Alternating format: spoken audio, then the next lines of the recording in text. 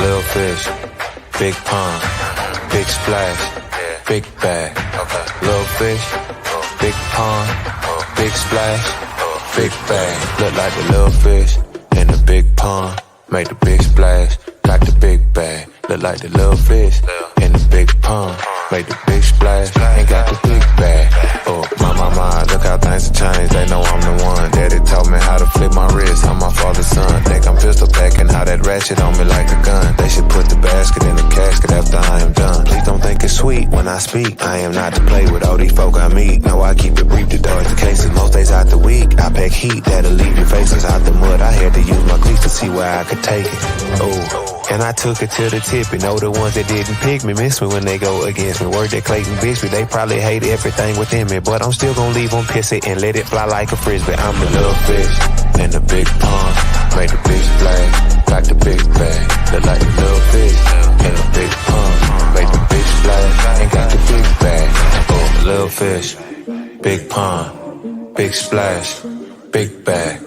Little fish, big pond, big splash, big bag. Okay, not they might mistake him for a minute. Everybody, it's me, Guru. There has been a tragic accident. And now I look like this. Okay. I was like, there's a lot of buildup for a tragic accident. There's a lot of tragedy. So, yes, we're going to talk CAX, the Combined Arm Exercise. I've played a lot of games since 1998. I've played a lot of scenarios. There's only one in America that I've ever given a 4 of complexity. General Sumo Buckmaster, what the hell game did I just play? And how did I get into this game? Because there was a post that just said some people couldn't make it as civilians. Who wants to come play in those spots because they're going to pass it on for Christmas? So whoever did that, I don't know who it is, but thank you for the Christmas present. Because I played right now. I played one of the wildest games that if it was I got Perkins entry, I'd shit my pants because I've known Perkins for a while. That was a wild game. I've seen a lot of games. That one was different. I've never seen a game quite like that one, or a field quite like that one that we're going to get to here in a minute too. So, Kyle, what is Combined Arms Exercise, and what is Glory Paintball? Well, if you want like the detailed about me, about the facility, there's a nice little piece written on our website from Made Up Bullshit Weekly, which is a fictional article that I wrote. But I see you're basically it is a little off tonight. This is Texas Takeover. Yeah, but this is a game that you should consider traveling for. It's right up your alley. I don't recommend traveling for mini games. This is like one of 2 in Texas I'd recommend. Much appreciated. CAX is what it is. I mean, the Marine Corps has a training event called Combined Arms Exercise. So clearly I just didn't even get original with the name. Doesn't have to be. But of the time I spent in the Marine Corps, that was the most fun. The real life part of that came after had its moments, but we can't exactly recreate those. Yeah. So I figured, I wanted to build a paintball field. That was where that came from. The Mount facility you guys experienced, the shipping containers, that only happened 3 years ago. We've been open for 10 years. This is CAX, and what you can't see on this map is that every container is double stacked. So this entire field is actually 2 stories, including the 50 building. So all welded and cut by yours truly too, which is why it took 3 years. And quite uniquely, it's also completely wired for power and lights all the way around. It is. It very much is. I scoped your field. I went through your shop. I looked at your architecture drawings. I got the lay of the land. I do recommend. Thank you. Not finished yet. We're always building new stuff. So it's the same guarantee I made 10 years ago when we opened. You guys keep coming. We'll keep building stuff. It's a passion project at this point that just also happens to be my profession. But CAX is at its core a military simulation experience, trying to find the balance between hardcore, giving you all the nuanced things that we experience in CAX and that we experience in real life, but without all the horrible parts, and trying to keep it fun. So, Lee in there had an absolute ball. So I did go through the website, and you're one of the rare people who actually writes down who wins their game. So the last Combined Arms Exercise 1 through 7 have all had winning commanders, and it's only been blue versus red with no civilians.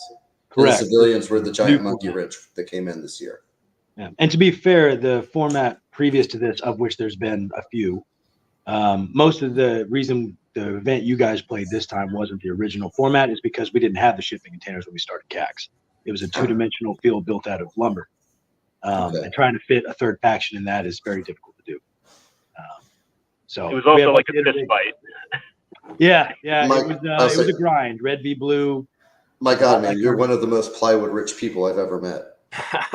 I used to be very wealthy, but it's all been bulldozed since. But thank you. Yeah, building full-scale Humvee and Toyota Hiluxes out of pressure-treated plywood at the height of COVID was that was a flex. So unlike walking tanks in weaker games, so in other places they let you just put on like a 1 inch or a half-inch PVC pipe exoskeleton with the paintball netting on it, and then you walk around like I'm a robot. Yeah. No. Kyle built 1.5 inch, 2 inch square tube welded frame behemoths with actual truck tires that I got the smartest. Yay, let's steal the Humvee. We tried to steal a sides Humvee. It took 3 of us, and we were gassing out after like 20, 30 yards. Yeah, we're not built. To be like fair, that. is why they're getting retired. We're making new aluminum glider vehicles with actual steering systems in them instead of the rudder. Golf cart. We had that idea. It didn't hold up. You got a golf cart for your putt-putt course? Oh, you mean your FOB? Oh, yeah. So on this game, I built a telestrator just for this. We had on the south end of the field, staged out of this area, was the red team, and they spawned through some doors right here and came onto the field. And over here in the north, they were staged out of there, and they came in on this side. And then we'll go green. We had civilian houses, and civilian houses were here, here,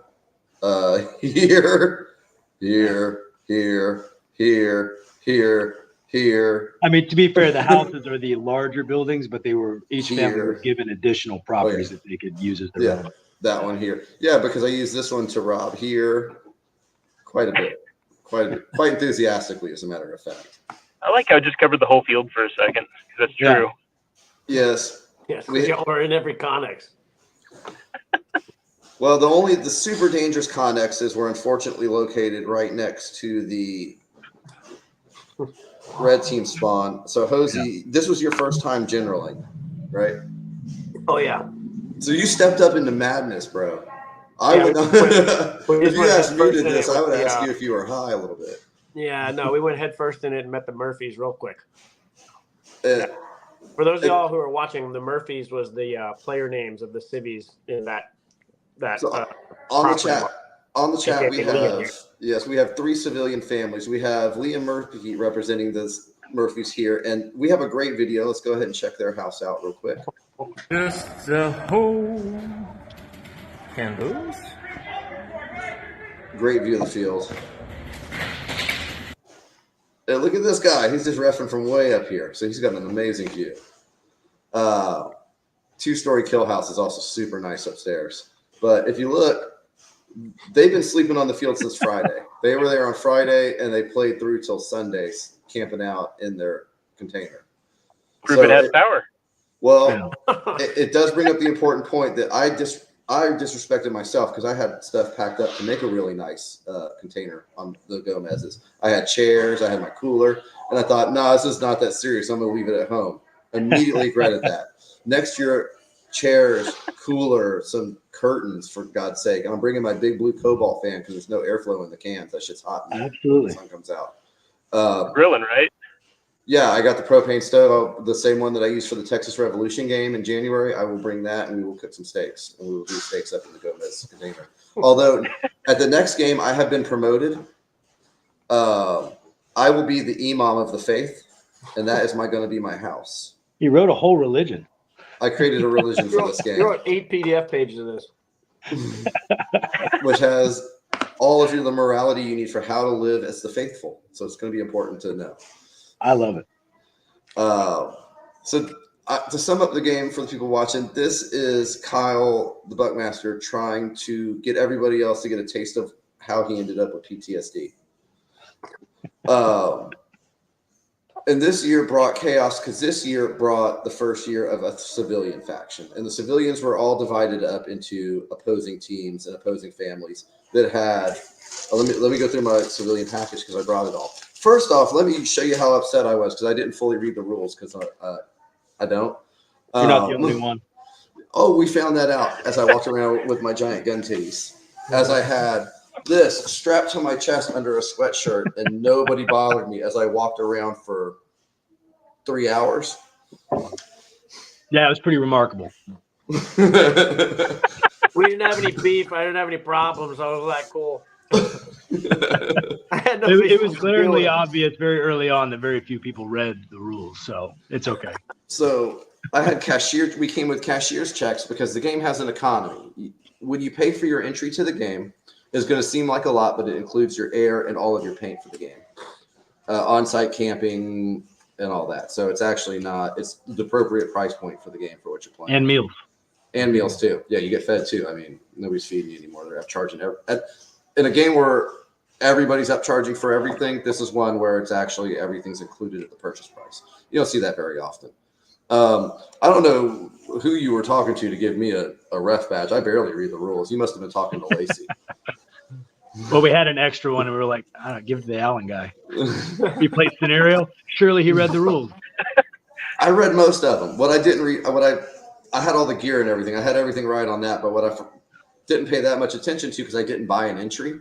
I got the Christmas entry, so I didn't read the rules for purchasing ammo. So I showed up thinking I was going to buy my paint for the game.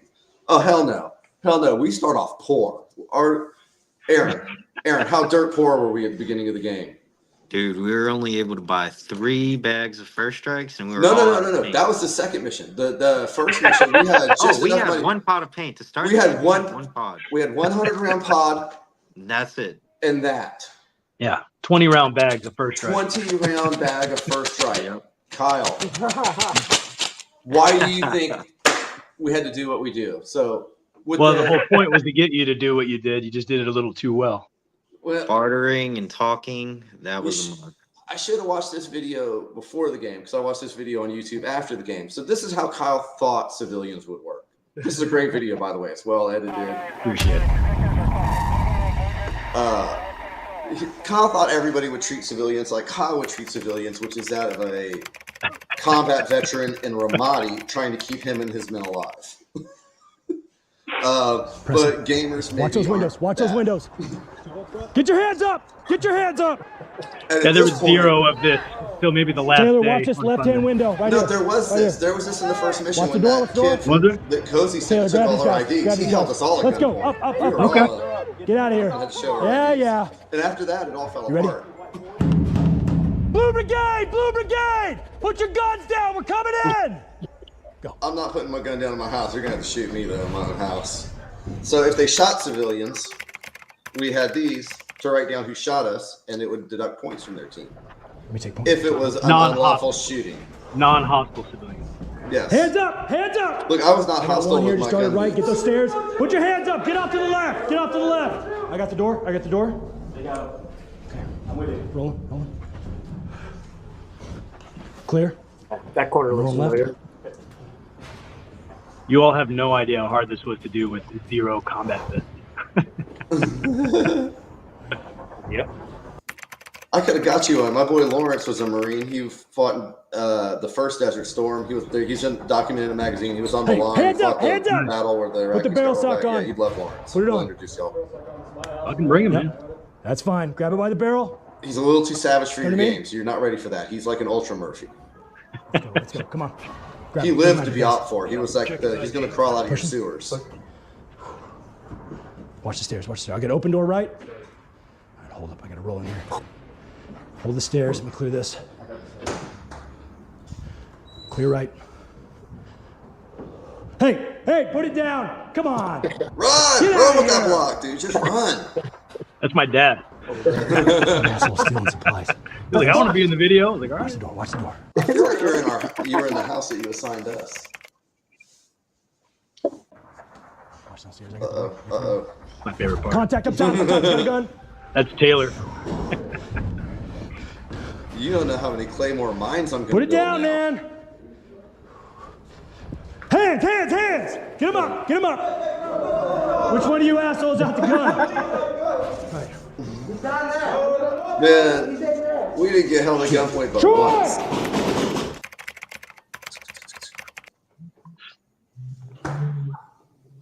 Great That's video. the best part. Oh, there was more? Yeah, it's the best part. That's what everybody on the red team wanted to do after like the first game. You were totally allowed to, man. Get him You up, got to get see it till the end, dude. I mean, I got held at gunpoint at one point. I did too. I got held up by. Oh, he died. This is the Kyle, best. Kyle just died. I like the GoldenEye death. Yeah, That's a good right? golden idea. I ripped it from.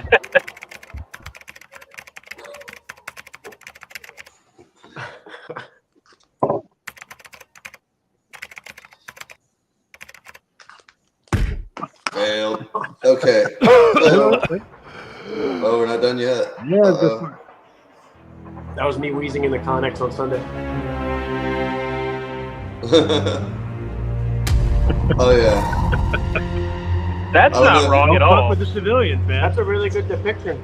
Yeah, that's pretty much how it ended. So Yeah. the first mission goes on. What was the first mission trying to do? Was it trying to come out? Because they were breaking Control out the- here. Control the mosque. Murder, Okay, so Murder you're House gonna death do- game. Yeah. Control Okay. of the kill house. Mosque. And everybody's coming in. Yeah. And everybody's fighting over this, and everybody's fighting over that. And eventually, we should point out on the field that the red team supplies, who did I just drop? Blue team supplies are here, and red team supplies are here. And all the civilians are having a meeting right here in the open. Because when the game started, the Murphys are playing badminton, which got incorporated into the game religion as a religious bonding exercise. Fantastic.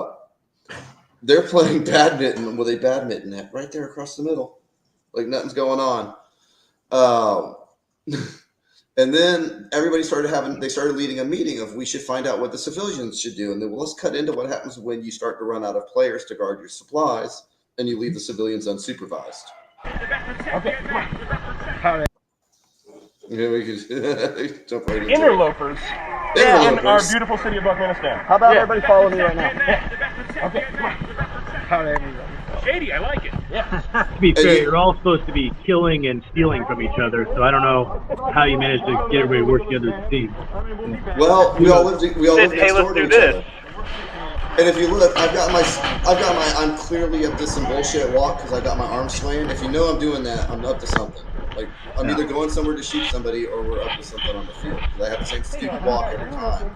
The guru has Walked pointed out to me. right into the base. I didn't see this. I was in the shop when this happened. And thank you to our family member Aaron who grabbed this. I forgot our boy's name. I've been trying to friend him, but his profile won't let me. Hosey, that's what cost you, man. And there we go. We've taken all of our stuff, and none of them even really This look at also us. happened when we had our entire team shot off the map. We had nobody left to play. Yep. Look at all these dead guys coming out. Like I had no More troops bricks. to defend with. More bricks. Yep. So the people watching, the supply bricks are recurring payments. Each game, you're scored on how many supplies you have, and the civilians can earn money by putting them on their supply brick stashes. Man, they're fucking dry as And hell having over them scored. They start off with 2, but the factions start off with quite a bit. So getting robbed seriously puts a dent in the faction points and earns a lot of money for the civilians. So shortly after that happened, all of a sudden the Gomez's have 10 bags. So yeah, I will say that on that first game, the reason it's Murder House Death Game is because it's the simplest of objectives. And we had a lot of discussions about it, and we were like, look, if we throw these guys into a game where they're clearing the IEDs from route clearance, or they're trying to figure out who the HVTs are to extract them for the HVT mission, there's no way they're going to have any time to get a database of civilians, because the faction players Totally did. They totally did. You start off with kid, 0 intel on who any of the civilians are or what the families are. This You're little walking kid in blind. got 80% of the civilians right here within 10 minutes of game on that Hosey sent at us, and he got all of our IDs. And as soon as he did that, I knew as the asset, they're going to have it narrowed down to 3 people by the second interval, and I'm pretty fucked. Yeah. So I was but that was for the one point. team. Is the first mission out needs to be simple, because we knew everyone's going to just rush the kill house. And I warned you at the safety brief on Saturday. I was like, do not do that. You got to clear those first buildings. But both sides just went right for it, and they both took a lot of casualties. It just so happened that civilians decided to coin flip rob red versus blue in that first game. Well, what had happened was we invited Kiwi from NNK up here, and Kiwi was shooting this side of the house. And I led, once his reinforcements came up, I went ahead and escorted them to our house. So they were all stationed up there. And as soon as everybody was up front, I went back and I started patrolling their backfield to go scout their money pile. And that just happened to coincide with when I came back. Because once I saw the pile and there was nobody there to defend it, I went back to go get the civilians. I found them having a giant meeting in the middle. And then, Ocean's 11 happened. And then all of a sudden, poor Hazi's out of money real quick. Ocean's 11, if you just stumbled across, $60 million and walked away with it. I went and I actually sold my brick back to him. So I watched the extortion ring that you all set up, and it was marvelous. I was buying my gold back with currency I got given just so I could still get negative points. It was great. I was buying like 2 bricks at a time when I needed 10. And we're still in the first 30 minutes, 45 minutes of the game, and it's kind of gone sideways a little bit. But this is when the dick moves kind of kicked into overdrive was the second mission. And I don't have a video of the guy going through the Murphy house and finding the grenade Velcro next to his head. Bro. Dan's video got it. Dan's got it. Hilarious. Oh, we'll pull that up here in a minute. To be clear, too, I as a first-time commander took the wrong approach with civvies right off the rip. So this is going to be a tidbit for future guys.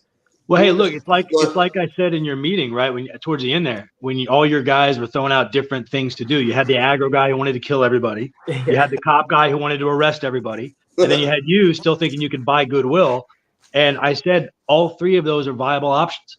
Look, that late in the game, killing everybody is probably your only chance, right? You can't trust them. But I'm going to throw you for a loop because you didn't necessarily make the wrong decision. Everything that bad happened to you happened going through the Murphy house, right there. Nothing bad happened to your guys going through our house. I took 1 brick and sold it back.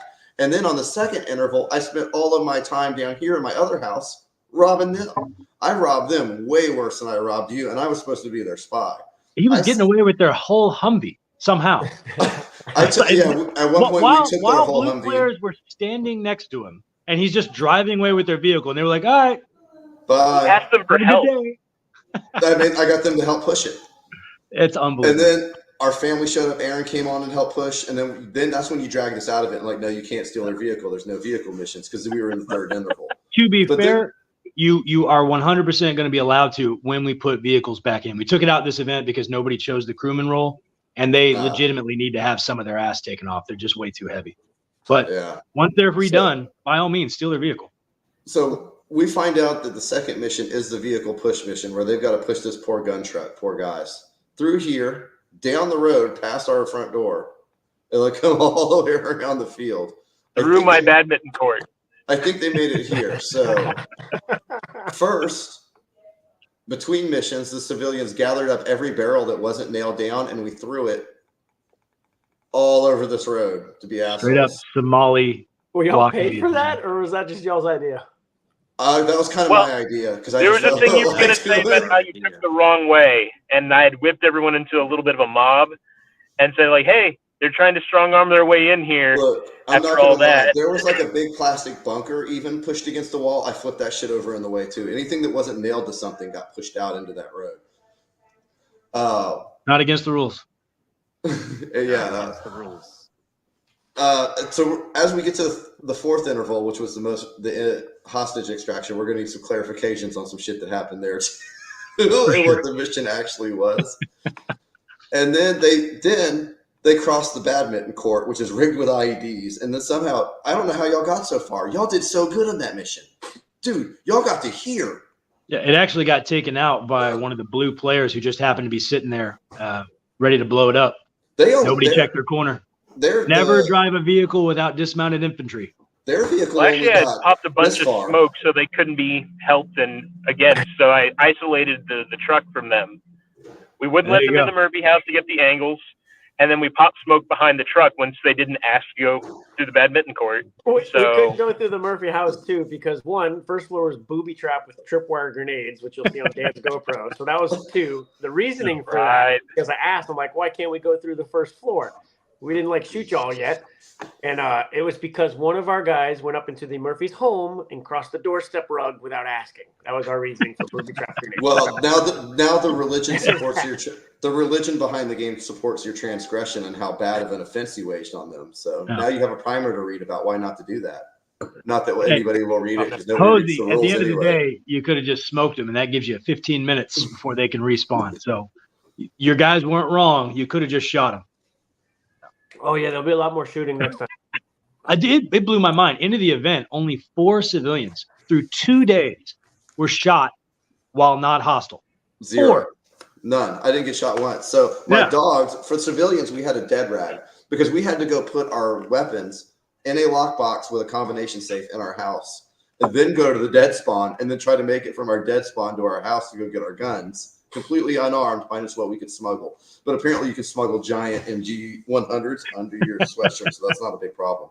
But if you were dead, you had to rock. My dog ate it. For real. My dog actually did eat this dead rag. But you had to put your dead rag on your head as a civilian so you wouldn't get lit up. But nobody really shot us. I got shot twice the whole game. I had one bounce off the back of my goggle strap from a red player that shot me in the back of the head from the Murphy house. From here to here. Shoot. Here to there. Shot me in the head. And it bounced. And then somebody from Blue tried to shoot me in the booby, but it bounced off my my goofy white civilian sweatshirt that we were required to wear because all the civilians were in uniform wearing white. So you could clearly see that we are civilians. God, this thing smells so bad. Wash it, dude. It's been a week. I don't wash my paintball gear. Fair enough. So the third interval, I don't even know what the hell was happening by the third mission. What was the third mission? The IEDs, I think. Oh, yeah. So Kyle is now out in the middle of his field shirtless like a lumberjack, burying shit in the ground, connecting it with locks and running cables to all this stuff because apparently he likes to put tripwires for people to find with their feet fucking everywhere. So the game was about clearing daisy-chained IEDs, which is one of the main things we had to do in Ramadi. And the only way to really identify them is to find one and then track the det cord that's connecting the different shells and things. So, yeah, I figured you guys might like that. The tripping hazard will be addressed later. Technically, they were originally supposed to run along paths that wouldn't trip people, but Taylor was in charge of it while I was inside, and it is what it is. Well, I watched this crazy Blue player who just crawled everywhere. It crawled all the way up to here. Yeah, we got some video. Their engineer is like belly crawling through the street, clearing IEDs behind doing the combo lock. And then 20 minutes later, I'm sitting there with poor Hosey has finally made it to here. I am stacked over here behind this thing, and we were having a conversation. I'm having a conversation with you as you have the gun literally tucked under your hoodie, which was obvious, but I was like, well, he's not shooting me, so I don't really have any beef with him currently. So let me just ask him questions. That's how everybody broke down. Nobody wanted to shoot me because nobody wanted beef. Kind of like They that were so moment, worried about right, losing the movies point. where it's like, well, he didn't shoot me. Oh, I didn't shoot him. And I'm sitting there screaming unarmed civilian, so clearly I'm unarmed. Naturally. No. I don't think I saw you that whole time, like up until that point.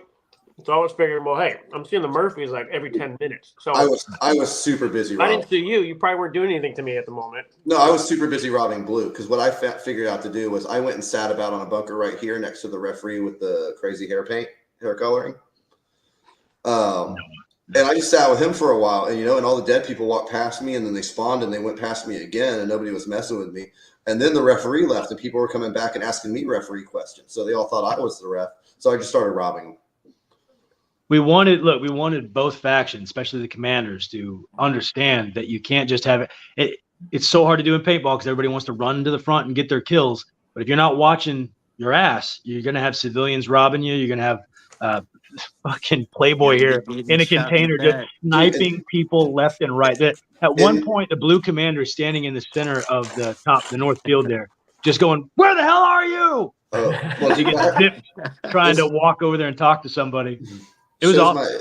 Definitely shows my age, but in Texas paintball, there used to be base defense teams, 25, 30 guys who would spend 24 hours on field guarding one base, checking every badge at the perimeter, doing all that. That kind of went away in favor of just trying to push paint sales. Which also I should point out, this game, all your paint is kind of prepaid on entry, so there is no buy-in paint. We don't give a shit how many paintballs you shoot.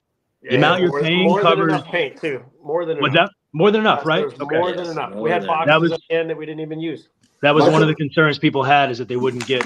My culture shock was having to try buying paint as a civilian with paint. With this, man, this is what I started the game with, and then I'm feeling bad because I've taken paint from Aaron and my other dude.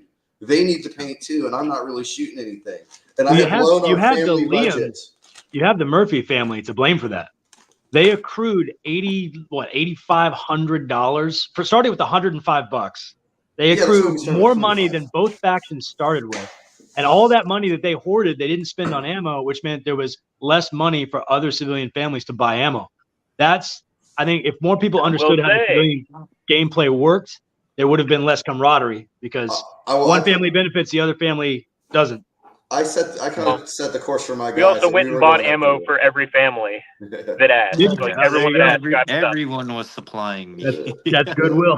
Because I put our guys on the course of spending every dime to get the come and take it flag, because we had such great hiding spots for our bricks, so we could keep refreshing every interval.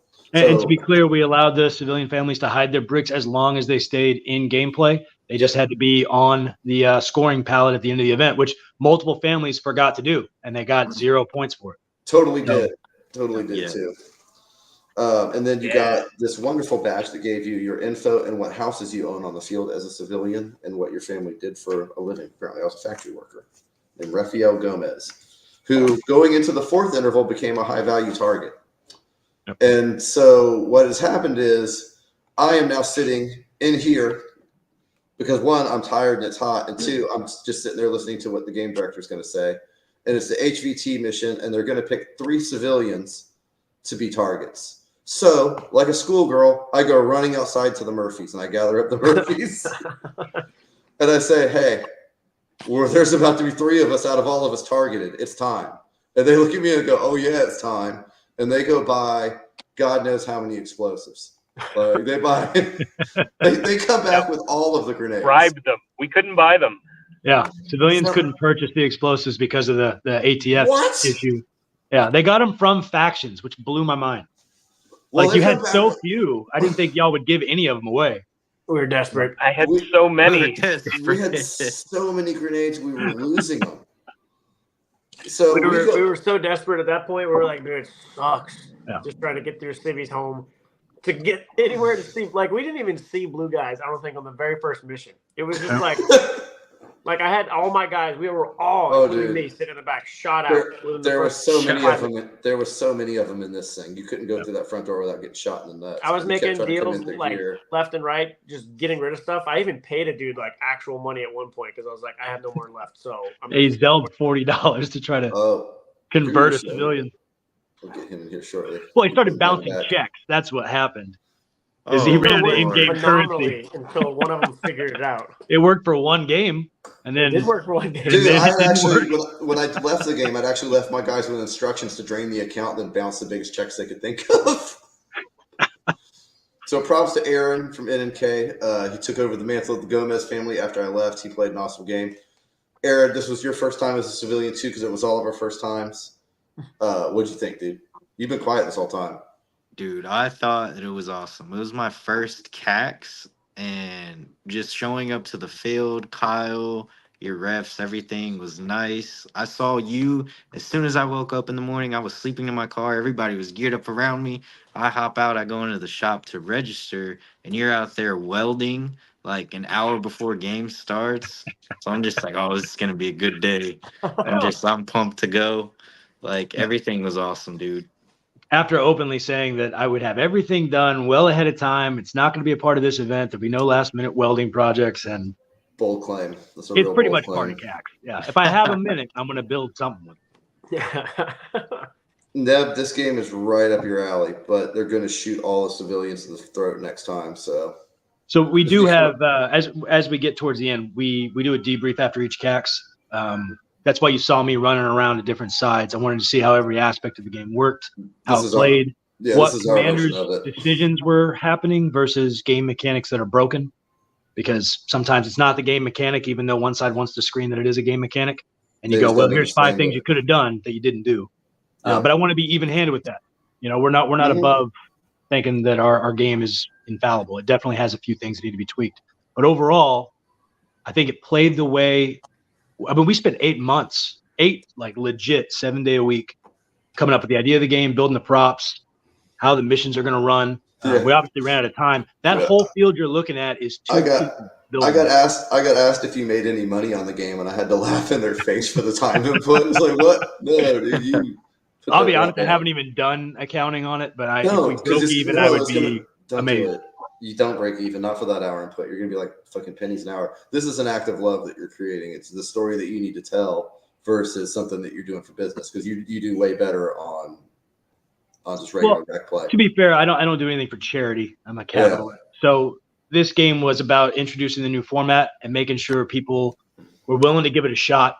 A lot of the people that we normally have come to the event that didn't come this time were just so hesitant about how a third faction would play on such a small field. But they hadn't seen the field in a while. They didn't understand how much we'd built upstairs. It would have been just fine if they'd shot more of them. Yeah, like if they had just literally in the guide, it says if you see a civilian in the street with a gun, it has a giant cartoon. It says kill him. Yeah.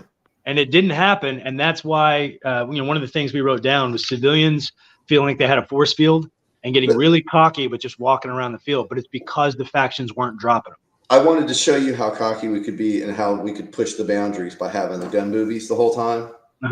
Because that was just that. Well, it gets to the point because that was the third mission. By the time where I pulled out, I just started shoving it under the sweatshirt. Because it was like, well, we got to see what happens. We got to see. You walked up to me with that thing in your shirt, and I just went. I'm not going to say anything, right? But I just thought, how in the hell are you still walking around alive? You walked right past live faction players with an AK carbine under your shirt, and they were like, "Oh, hey, what's up, bro?" And there was a guy who was playing so hard right here, and I walked right up to him and just stared at him, and he looked at me and he was like, "You scared me." I was like, "I know. Sorry." Unarmed civilian. Yeah.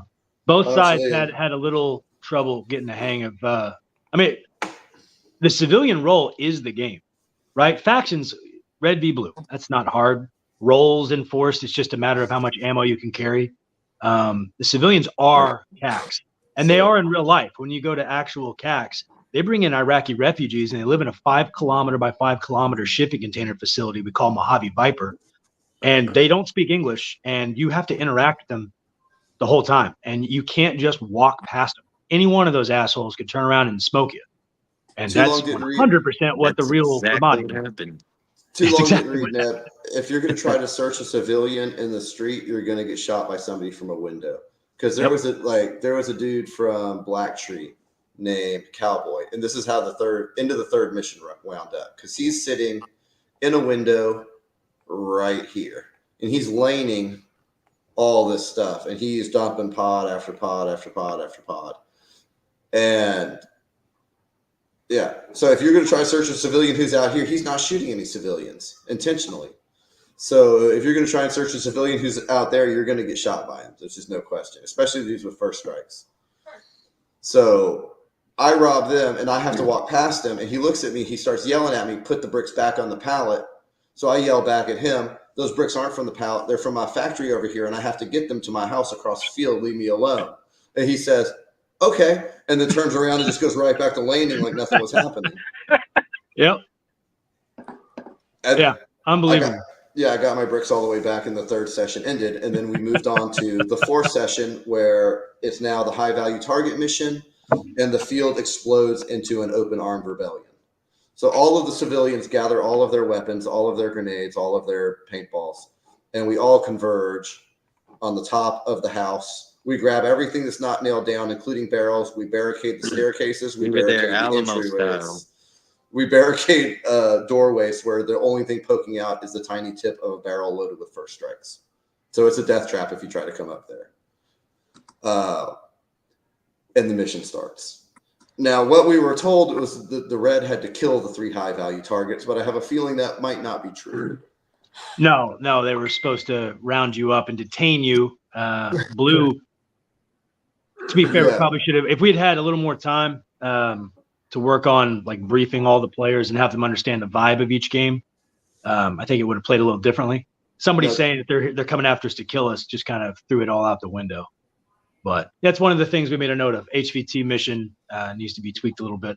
We're also going to, in the next CAX, write a list of missions. 10 to 12. We've got like 20 different scenarios, and then that's going to be on the website, but they're not going to be in order. Yeah. So instead of telling you what game 1, 2, 3, 4, and 5 are going to be, which kind of gives it away, we're going to just say, here's the missions. You don't know which ones we're going to pick, and that way the planning phase between games will that'll be the mission drop. I'm just coming to live in my new house, the kill house. I'm going to move into that second floor, and I'm going to set my stuff up. I'm going to have my barbecue grill, and we're going to have some Kobe beef. Do what you got to do, man. Now, as we exfilled on the 4th mission and the HVTs are being taken to safety, one immediately got shot out the door by a red player. Red player immediately killed the target as he was running away, shot him in the back of the head with a first strike. And then we tried our damned hardest to scrub this mission and fuck Blue up, because every time the general wouldn't look at us, we would just wander off somewhere. I was already taking off and getting into gunfights over here, trying to get myself killed. The other dude just wandered off to nowhere on his cell phone. He was just wandering through cans when they found him. And then we found out another civilian never showed up for anything. He spent the entire game sitting in a hammock reading a book. He did not leave his hammock. Man, it must have been on the blue side because we didn't get far enough to notice that. Yeah. Oh, like I said, Hosey, your biggest issue is just the initial getting robbed. And then cause right after that, like I watched it play out, right after that happens, now there's this animosity because you just lost all these points and you're just doling out money to try to get your bricks back to not lose the points. But in the first game, you put so much money. Both sides did this, by the way. Both sides got robbed quite a bit. But you were so quick to just spend your money to buy civilians. Now, real life story, in Ramadi, we were literally driving around truckloads of cash and just like, here, you like America now. And they go, sure. It blew my mind. And then we gave them armor, we gave them weapons, and we were like, everybody loves America, right? And by giving us money, you gave us moment weapons, you turn around, dude. Yeah, they were able to then just buy a ton of ammunition. If you would have kept the pressure on us, Hosey, you would have been good, because you shouted up to me one time, hey, we're going to come up there and kill all of you. And I was like, oh, there's like 20 of them. There's only 3 of us. Like, okay, I'm good. And that 15-minute respawn, and nobody came. So then I was like, oh, okay, let me just shoot you again. And that's why, look, one of the things we got in the reviews that we've received so far was that the 15-minute respawn seemed too long. And I'll take a look at that if I think that's a real issue. But the reason it felt so long is because every respawn wave, both sides went, kill house. Yeah. So in the first 2 minutes of the spawn, their backs are to all the families they just passed, and they got shot in the ass. And then they were out for the whole wave. Might I give a suggestion? If you could make a modification of some sort so that you can traverse the cans here and here without going through the kill house or having to make it through this open area, that would open up your field and give you 3 lanes. You see that last circle you drew? Go down to the Murphy family house. Yeah. There is a if you look at those 2 green buildings, that L shape, there's a platform that connects those. Okay. We will be doing that to multiple homes around the outside for exactly that reason. Yeah, then as the field evolves, then that will fix itself. That's not an issue. That's if you wipe your feet off as you go in their home stuff. Yes, or just kill them. You don't have to worry about their rules if you shoot them. Or just shoot them. How will that go? I will say though, that was one of the coolest things that this event really had that other ones didn't. Right? Like, I'm no means by like Alan's level as far as like how long I've been doing this, but there's been plenty of other events locally that we've gone to and have experienced. Whether I'm just old, dude. Look, see. Yeah, whether it's like your well put together props and missions, or if it's just like awesome large woods ball, right? It's still similar in the sense of tactical, but the civvies in this one really brought it to something that you really haven't had or I've seen in anything out there on paintball. I mean, like, dude, I'm sure nobody's making anything like that. I get off maybe, but I mean, really, it brought something to the game other than just let's shoot each other with paint and occasionally do a mission. And so I know for me and a lot of my guys, it was actually something that we were wanting to develop and make our own event until we heard about how CAX was changing. And it was like, wow, that's like right up our alley. So I think for some of those guys out there who are accustomed just playing paint parties, like, all right, quick, sweet. There's like super games all over the world where you can go shoot at 1,000 guys and wait. Tanks is doing 3 big games this year. We can get our rocks off at those and consume paint. But if you're wanting to play an event that actually like challenges you, not just like your physical ability, but like how you mentally handle things, or how you make choices, or how you something that feels like a guy. This is exactly that event, and something that feels like a scenario game where the people making it give a shit. Yeah, it's hard to find. Right? It's not just something milking you for paint. All the big games out there, if you look at my rankings, all the 0 complexity games, 0 complexity, 0 technology. It's just a game to sell paint. It's going to be a simple big game. It doesn't mean it's not going to be fun. Shooting paint's always fun to people, but it's not the level. A lot of that is it's one, obviously. It doesn't have the brain that I have, but it's also just the nature of our facility. Like, we can't fit 1,100 players. We're capped at maybe 120. That's most we've ever had at one time. Trust me, there's producers that would try. Yeah, but because of that, it just doesn't make sense. You can have a more complex game because of the way the facility is built. Yep. Right? Like, we can ref it a lot easier. There's not a bunch of wood lines where we can't put a ref and there's 500 people shooting it out. There's a ref in every building at CAX because they were playing. Yeah, everybody after a game has to do, the obligatory, this refereeing crew was good, this blah, blah. No, this thing is so solidly refed, it's not even part of the conversation. It's just. And that was them playing. I mean, just to kind of buff the numbers for this first test run of this new format. I mean, they will probably be refing more in future events because I don't think we're going to have any trouble selling civilian tickets. So, no, not after this. Not after this. No. I will be playing as a civilian every year after that. I've got. We want to make it equally fun for the factions, but it made a really cool structure in the sense of like finding a civvy that you really gelled with, right? I mean, like, yeah, you could bribe them, or you could give them paint, or trade them something. Or I gave you stickers, buddy. You got my sticker. I mean, there are so many fun ways to interact with a player on field and even off field at times, right? Like, that was something that you don't get a lot of at other events. There is some conversation that can happen off field, whether it's planning with your team or running into a civvy. Right, and so it was pretty cool to be able to have those moments. Even at the as bad as they're saying the civilians were at the end of CAX, I can say I robbed blue a lot more than I robbed red. I had nothing but good dealings with red. Nothing left to rob. We had given up after the second mission for bricks. We were like, we don't give a crap on bricks. I didn't eliminate a red player or be eliminated by a red player. I had nothing but good. I told no lies to red. I had nothing but good, honest, productive conversations with red.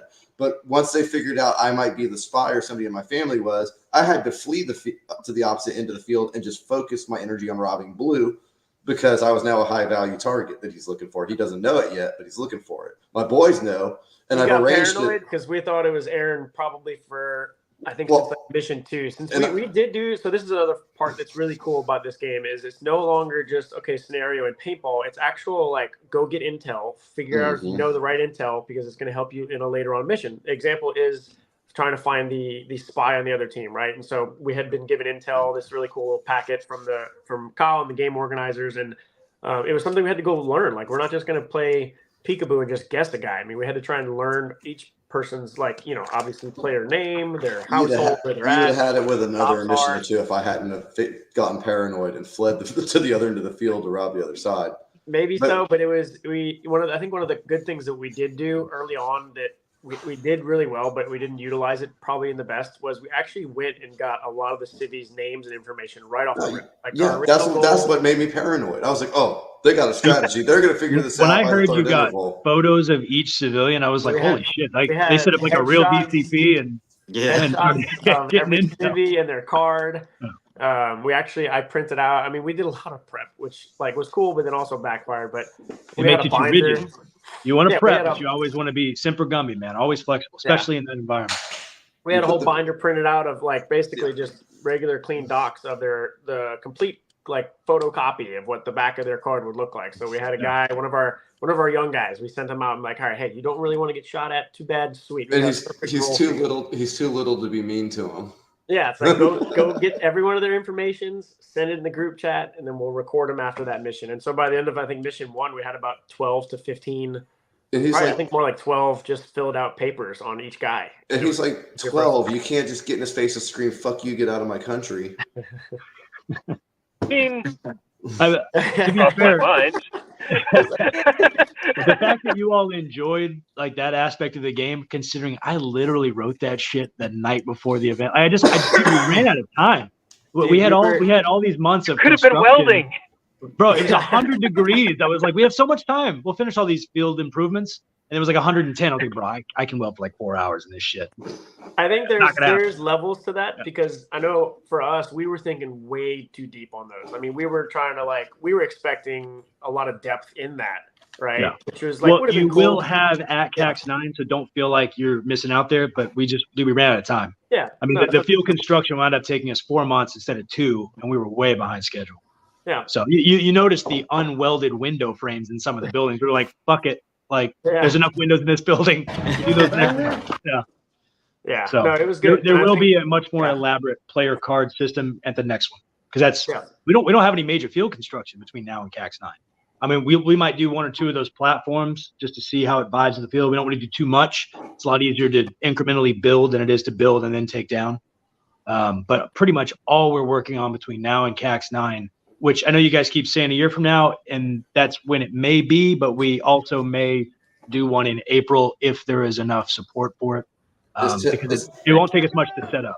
It's 10 minutes long, so we're going to let him run here off to the side. But this is Jim from Odyssey. Odyssey is an ancient paintball team in Texas. They have been around as long as I have. And this is him trying to make his way through the scary, scary Murphy house with a shield. Yeah. And they've now dragged. I'd like to note also running around. This is when we were upstairs. Yeah. Nobody cleared upstairs. He has no teammates with him. I love Dan to death. No, there was no one in any building. Everyone was upstairs in the mosque. Yeah, for this, they were all in the mosque. It was great. He's the only guy that made it through because he had a shield. Yeah, he did pretty well in here. Clears it out. I don't know how this happened. Jin is awesome. It's like, hey, I don't know what happened. Jin was like a serious pipe hitter when he's playing. Like, holy shit. Now, if you notice, nobody in this game has armband tape on because armband tape is for pussies.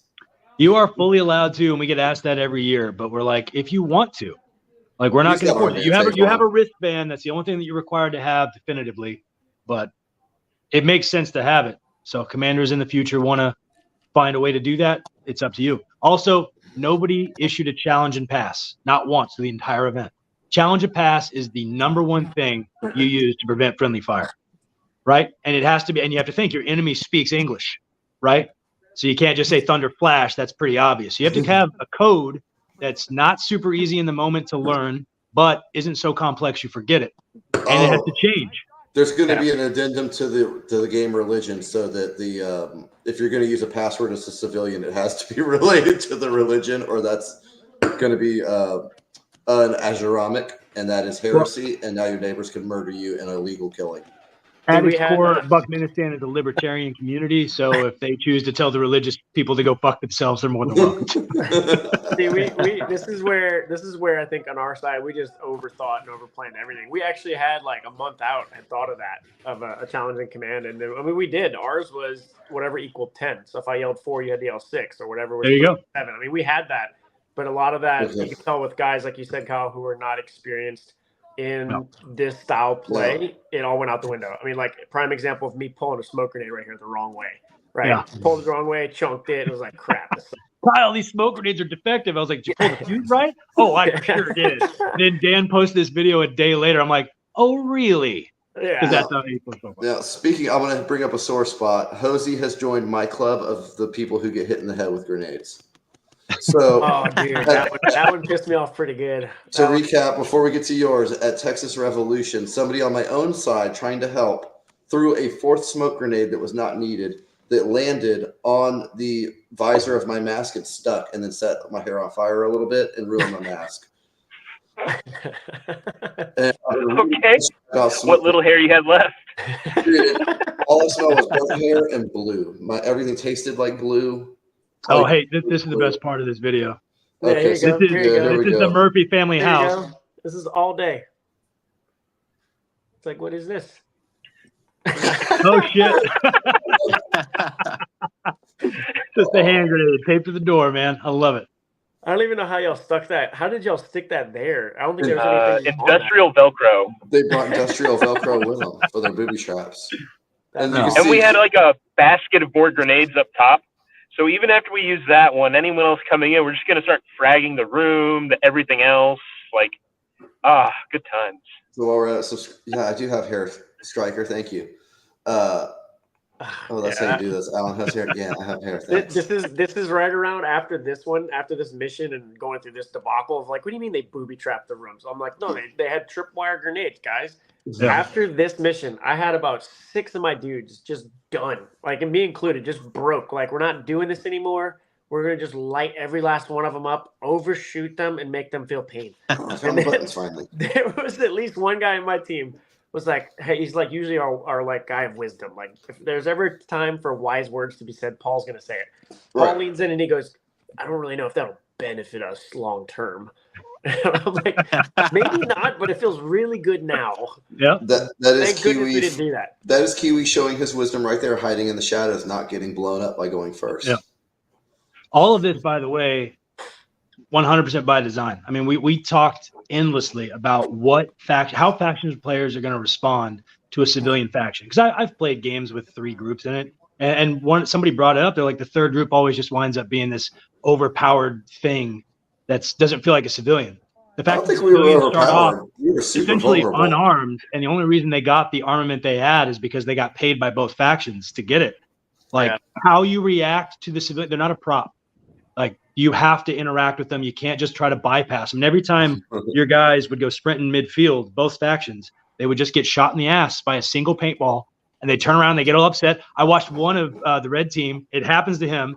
He respawns, comes right back upstairs by himself. He goes, "Show me your ID."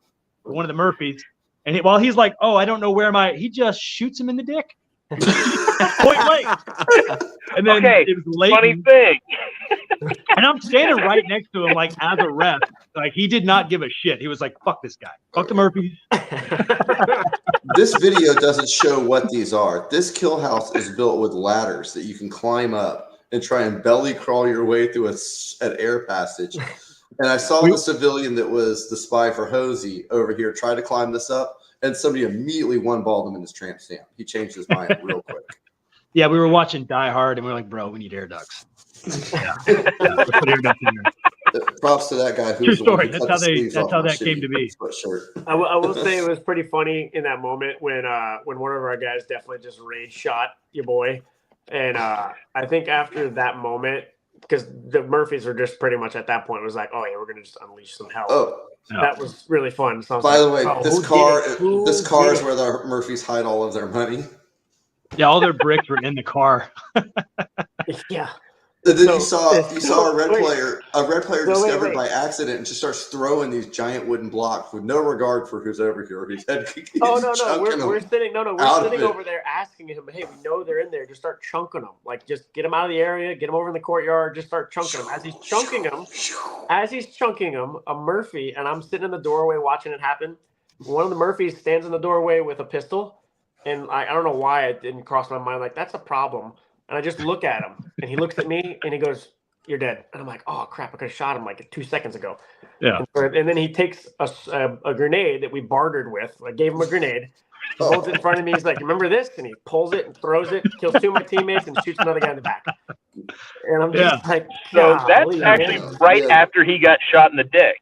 Was it? Okay.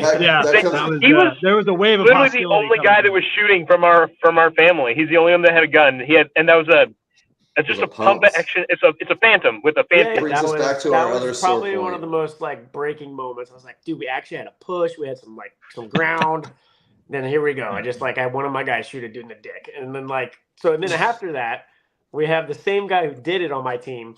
Y'all broke him pretty bad. I mean, he was still hanging in there, but I think after that, the next 2-3 missions, he would come to me and we were, trying to decide who was going where and what group was going to that side. Or it was always the question of who's going with one of the riot guys through the Murphys home, who's trying to get to the Murphys home. Should have just come through my house, dude. My house is so much nicer. we were like, he was like, so which side am I going to? And I'm like, well, which side do you want to go to? I kind of have an even number. Like, you have a preference? He's like, I prefer not to go to the Murphys again. I'm just not cool. I'm not Our house enough was to like handle a vacation home as long as you didn't go into our pallet room. You could have gone in there. Quick and thought taken whatever you again. want. Once you started bribing us, how many people regularly got shot? Not as many. Yeah. So How many grenades were taped to the walls? we're black. Zero.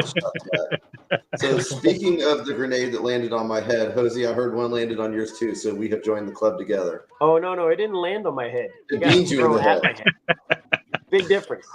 It I'm zipped it. sitting in a 2-story Connex right in front of our fob, and I'm shooting out. We were kind of pushed back. I'm thinking I just gotta keep an eye on our gold, and I gotta make sure nobody does anything stupid in front of me or like civvies to the side. And so I think there was, I don't know, 3 or 4 in the civvies in the Murphys home. 2 of them weren't Murphys, so that was like already a problem. I should have checked. And then I don't even know what was going on in your home, Alan, but I knew there was guys over there.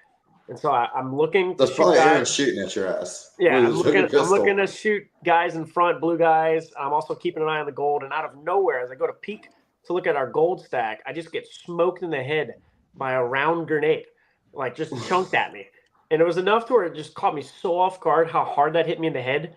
And I'm like, what? It bounces down the scaffolding and blows up. And I look in front of me, and it was little Noah on one of the cities. Oh, He's just standing there with his mask on, and he like panics because it didn't blow up next to me. And I'm at this point, I was like raging. I just come running out of the scaffold, just screaming, "I'm gonna shoot you all!" So So if you're watching this video, you're seeing the chain link fence area for people that didn't play. That is a Yeah. detainment facility that was they had not. a prison to us so they could take us where we couldn't lie. So Some one of the bullshit. changes we have there to get you all to use that as a viable option, because we rounded up people in Ramadi constantly, right? Dude, no. They use the prisons a lot. Every time I turned around, they were detaining somebody and questioning them. Okay, well, every time I was out there, it's You pretty say much no, but I we're going personally to saw you questioning people, Hosey, and I definitely saw multiple people get done on the blue side. we are going to remove. Yeah, I didn't see it get used that often, but we're going to remove the penalty to the factions. Oh, we were there's a penalty we for were it? super nervous about the civilian faction since they start with so few bullets or anything really, just getting trucked, right? So I think we gave them a little too much power in some regards. The economy bricks versus faction money is going to be balanced a little bit, but other than that, there's really not much change happening to it. But I think if the factions weren't so worried about penalty points, they would have detained, because that is a viable option. Round them up, put them in the detainment facility, and now you don't need 5 guys to guard 3 people in their house. You can guard 5 guys in jail with 1 guy. So it'll be a lot easier to round the civilians up. And with Saturday being segmented gameplay specifically so that you don't start getting trucked on Saturday morning and aren't able to turn the tide, it's chopped up like that so that you can always reset. There's 6 games Saturday, 2 games Sunday. Yeah, just remember, don't leave the gun next to the Yeah, civvy. jail Yeah, only don't works as arrest long as people. they're unarmed. Put them in the jail and then give them a gun. Like, because that happened. Hey, that gun was his wedding present. Yeah, that one broke me pretty good because, like, I don't know which one of my guys, whoever brought one of the other Murphys into the detention center. I pushed one in, and there was one more coming in. I didn't realize the other guy had a gun on him when we were trying to detain him. Yeah. And so I guess Nobody got patted down. Yeah, one of my guys tells him, "Hey, just put that out here. Go in the detention center." Ben Okay, Allen whatever, is goes asking, in. is it a MagFed only game? And the answer is no. As you can see, they've got everything, but it's related. I believe it is related to your class. There are MagFed roles. Yes. Yep. Yeah, and so anyway, he's in the detention center, and then I don't know, there was like 2 minutes left in the game. I don't know if we were really doing anything in that one, but it was enough to where I was like not wanting to lose stuff. And I turned my back because it was my concept for our team was to, can I get as many bodies in the fight as possible while just let me handle all the crap in the back. Terrible plan. And so I'm looking at like 9 civvies popping their heads in windows, and they're not just like popping their heads as if just like watching. They're over here like creep looking, and it's like, they're up to no good. And somehow a gun got, right outside the gate, got snuck to one of those civvies in the gate. So as soon as I turn my back, I get smoked once in the back. And I'm thinking, gotta be kidding me. That was me. That was you? Okay, so I get smoked by Playboy. I had no Dude, idea. straight up, Aaron had probably No, the that most was kills Leighton in the that entire shot you. game. Say it again? Yeah, no, that was Leighton got them to put the gun like right outside of that. That part was great because he's just hey, it's an expensive gun. Can you just not leave it here? And the guy was like, "Ah, yeah, that makes sense." Yeah, no big deal. But he didn't just leave it in the well, he didn't think, "Oh, we'll put it in the little cachet box or whatever." Yeah. We're right there. He just brought him over.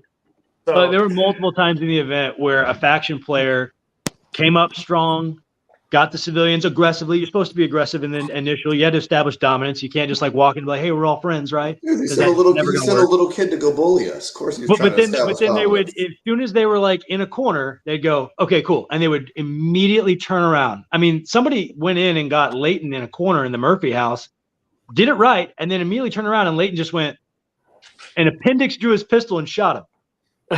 That's right, Trevor. Trevor, we need somebody from Blue. Yeah. Oh God, is that Redneck from Black Tree? I'll send you the link as soon as I can get you on here. We do need Yeah, a I posted it spokesperson on for Blue. Facebook, Trevor. We get the, Dude, Hosey, there was one moment whenever you and your guys, I'm just sitting there doing Overwatch for y'all, and one of your guys tosses a smoke grenade in and tries to smoke me out. I'm sitting there with my shirt just trying to breathe. I'm like, they only burn for like 30 seconds. Like, I think I can. They put out a only- lot, though. We got the big one. Yeah, you did better with that one than I did. I think I choked on one at one point, but I think that was another funny part about the event was trying to figure out, like, because there was civvies that were friendly with you or you had favor with, right? Whether you bribed them and they just aren't really continuing to do that, or whether it was like, no, I know where their line is, like they're not doing it.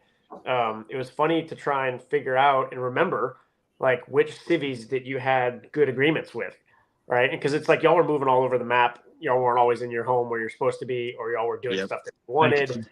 You know, like there was talks that we had leading up to the event of like, how would we do that? And really never came to a good answer other than just like trying to just stay with them. And it actually paid off one time with you, Aaron, where we were up in a container and I knew you'd been friendly at that point and you actually had a gun. I mean, like, but at this point I'm thinking, you know what? We're cool.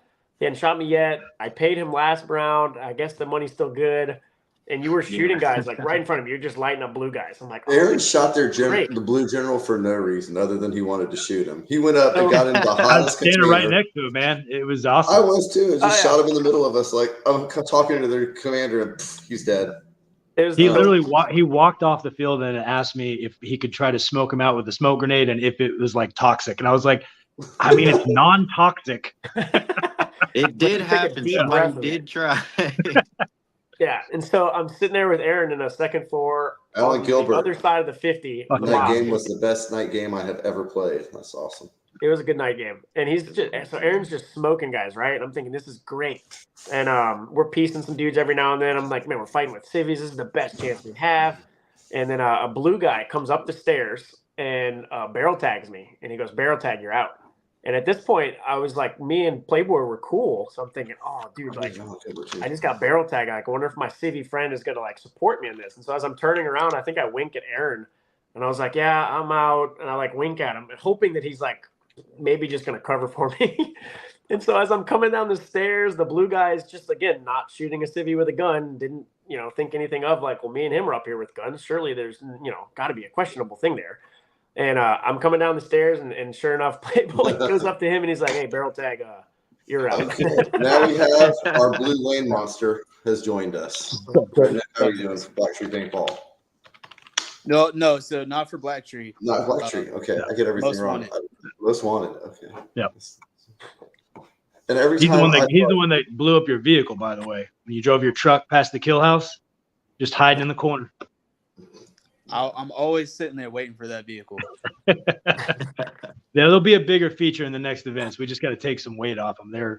I think the Humvee is like 2,500 pounds. So. Oh yeah, when we tried to steal that thing, we were like, "Oh, how?" Every time I saw Redneck, this is where he get lived. this back home. For somebody We'll who's build not them out of like aluminum siding. For somebody who's not a civilian, Redneck spends all of his time living right here. No, actually, most of my time was inside Kill House. Yeah. No, he had a little more than one or two little kill runs through the kill house. He walked right through red and came up behind and shot about 5 people out. Just on a whim. Nobody was watching the rear, man. I miss all the good stuff sitting back in the rear trying to rob everything. I wanted to I know one of our team sponsors in the chat right now with HRF Tactical, I had a question on did we go over ammo distribution, and we've kind of like lightly talked about that. I know that that was some of the concerns of people of why they didn't sign up, and I think after playing the event, that squishes all the concern of that because like ammo distribution was different question than was I going to have enough ammo. And so there was different strategies on how to handle that. I don't know As how a civilian, when the game starts, it was so intense. It felt like starting like Rust when you show up in the video game naked in a spear and you're like, go survive.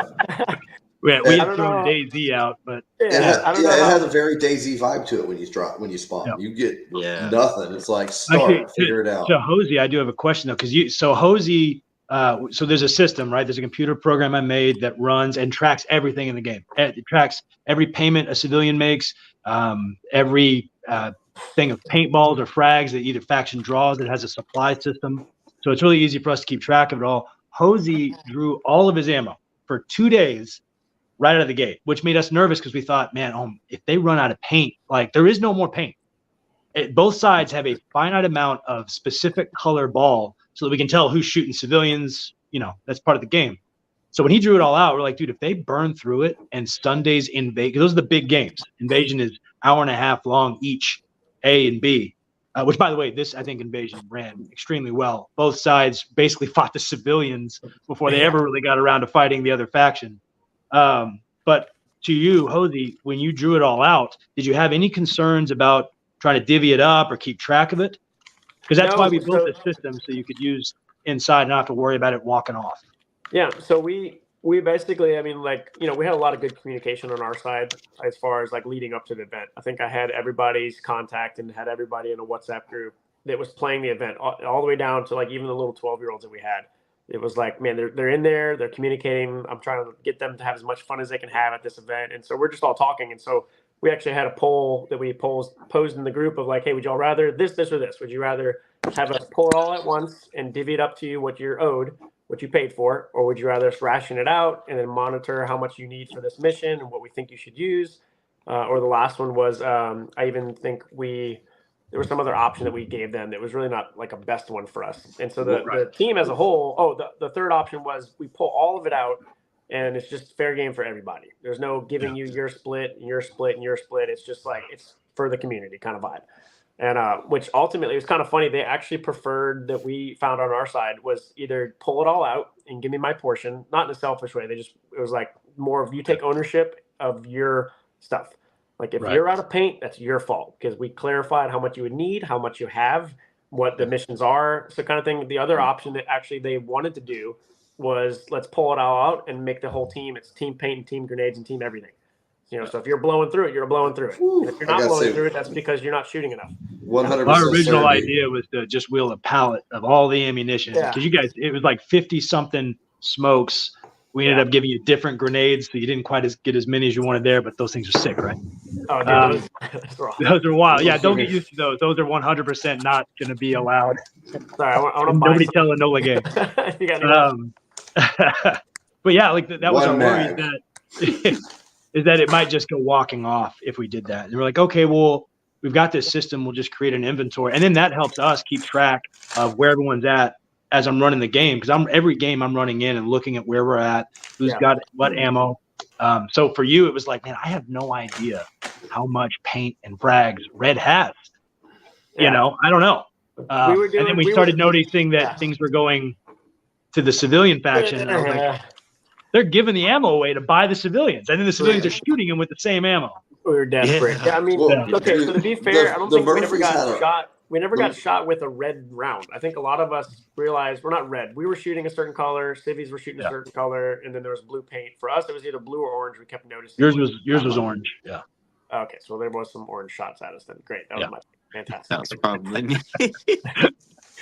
But I think our approach, and this just goes back to clarifying for all the doubters, like there was way more than enough paint, even with us doing the approach of let's pull it all out, let's give everybody their 2 boxes or whatever the amount was. Like, I mean, I can't tell you how many guys I had that we finished that Sunday. And this was, again, we're all trying to put out paint on Sunday. I'm just offended there's doubters. You have this quality game available to you locally in Houston or even in Texas, and you have doubts? Well, it's a new format. To people's credit, I mean, I have no patience. I have no patience for any of that. I'm too old and I'm too cranky to put up with this kind of crap. The past CAXs, there's been conflicts that have arose where CAXs weren't able to be finished. Definitely didn't run out of paint. Yeah, I Yeah. shot paint all weekend, and I still have some left over. Like, I heard there's there's not a fish. shortage. CAX even might even have some airsoft people that want to fight each other. So I'm about to 3D print AAG just to go check that out. Well, to Trevor's point, that's one of the main things that this format was about, was finding a way to prevent. Our field is close, man. It's close quarters. And in the past, we've done everything from respawn waves to just tag up. We've done a buddy respawn system where once you take X number of casualties, you need X number of people, and then a wave happens. But all that happens is you have this midfield clash that just sits there, like Civil War, World War I trench warfare style. And people they get chewed up. And then they have to come out and they have to buy an $80, $90 case of paint, which hurts. And then they're exhausted and there's no breaks. So this game was trying to address all the things from the last 7 events that we've had. And we've done a lot of formats to try to find a solution, but we were doing them all with a field that kept changing. So there was all these limitations that we couldn't do because the field wasn't finished. Yeah, your field's never now gonna the be field finished. is the way that I'm not fucking ripping 56 shipping containers out and doing anything else. This is the field. But I think now that the field see is that, but I don't see you ever stopping tinkering. You don't seem like that kind of person. no. I've been off for a week and I have not done a these are single your day of vacation. these are your Legos, and you have the affliction that means you have to play with them. Except that in order to move these Legos, you need a $20,000 a day crane. That's not going to stop you for very long. That's, But the field all is you're what it naming is, is and like because of small that, hurdles. I think the format can be a little more sturdy, which, to Trevor's point, we didn't have any issues. I mean, everybody that was here on Saturday showed up on Sunday. I think we had maybe 1 or 2. I haven't looked at the roster. Yeah, some people were burnt out. Some people had other things they had to go to, but we had a full thing. We played the fucking night game. I've been waiting years to play That was that one night of the game. best ones I've done too. Awesome. Dude, I mean, I kept trying. Everybody be so tired and mentally worn out in past events. So here, like you show up to CAX on Friday night, you don't owe us a penny. The whole event, you've already paid for everything, including dinner Saturday night, breakfast Sunday morning, and just play paintball. Your frags are comped, your smokes are comped. Our third guy fell asleep after the 4th mission. He was sleeping in our container on the floor. He passed out. I had to kind of like nudge him awake. Yeah. I will say the night game, because we've done, and this is like our team loves that, right? My Kingsman guys, like we love playing the night portions of events, whether it's way on the woods and it's just acres of black, or whether it's a smaller field and you're having to work with rolling blackouts or guys with nods. I mean, like we've tasted it and we love it, right? And so I think this one's where this event has a really cool night portion, is the fact that it is like rolling blackouts. So you are playing with lights on the field at night, which are really cool if you're running around in the open. Well, the weather did hit y'all too at some point. I mean, the weather just added helped to a it. lot for Blue. The weather just added to it. It was a blast playing paintball. I was trying to in the time rain. the blackouts with lightning strikes at one point, but it was hard to do. Dude, there were so many moments where you're sitting in a container. Specifically, it's like the civilian house next to mosque, right, where it has stairs and it's open. So there's like a little, not a courtyard, but like kind of like a landing where that was where my the bomb factory. Gomez home. Yeah. Dude, bomb factory in the rain, waiting in those connexes for the blackout to happen, because we knew another one was going to probably happen. Waiting, it's pouring down raining. As soon as the lights cut, you're running through rain with adrenaline, and there's these flashes of like heat lightning lighting up everywhere you're moving every now and then. It was just probably one of the most exhilarating night portions of paintball we've ever done. Agreed. And so for those out there being like, oh, paintball in the rain, it's terrible, it's no fun. Bro, I mean, we were sliding around, sliding through ditches, getting mud. I mean, it's like, if you're not there for stuff like that, then why are you showing up? To me, that's the fun of it. So that was a blast. I don't know. I'm super dainty, but that's just me. That's an age thing. I've crawled through I've gotten enough ticks, and I've crawled through enough.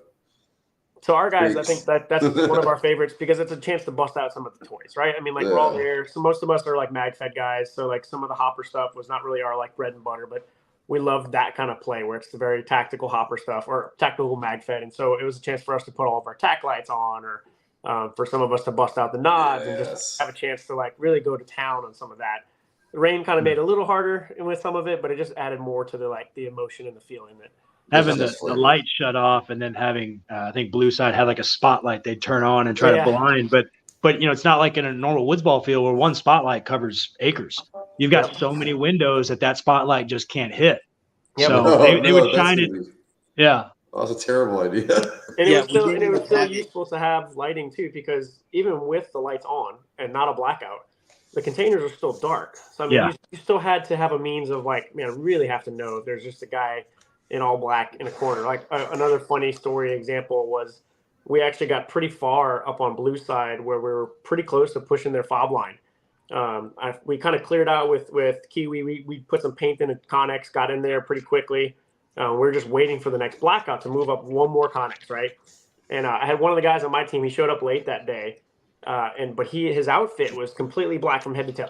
I'm talking like from hair, skin color, jersey, top, bottom, pants, chest rig, shoes, socks, all blacked out. And so when we're sitting in the Connex waiting, he comes down the stairs, didn't say a word, had no idea he was there for like 10 minutes standing next to us.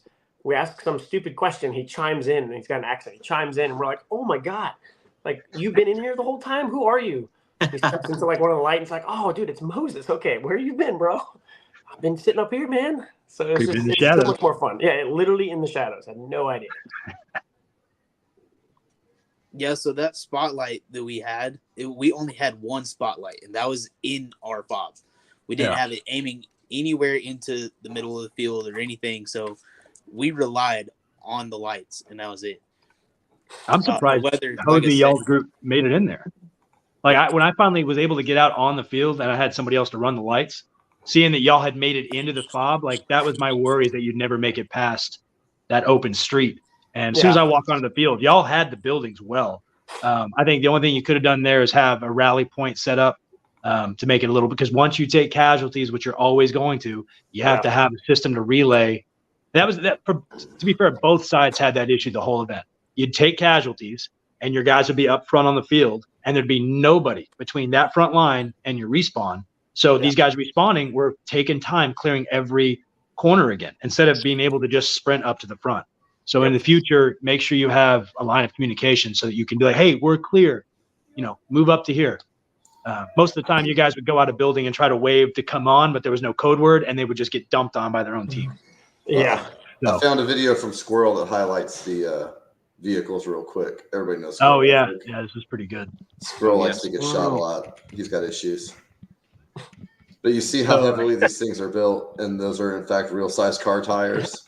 I think this is two CAX to go, because we rigged them with explosives at the last one, and you could run up and just pull the cord and detonate the vehicle. Yeah, that's what CAX is like. If you're a pistol guy, it's a little bit wild. Josh is one of the best, though. Yeah, man, I'm so sad he couldn't make it. But by the way, if he's watching, I hope he's doing all right. No, he was sick. Oh, he was sick? That's a shame. Well, I can't remember what team he was on. Kingsman, NNK, one of those. He's with this on NNK. NNK now? Okay. I see Squirrel at every Texas Revolution game I play. But now I've got to replace most of the Texas Revolution games with CAX games now that I know better.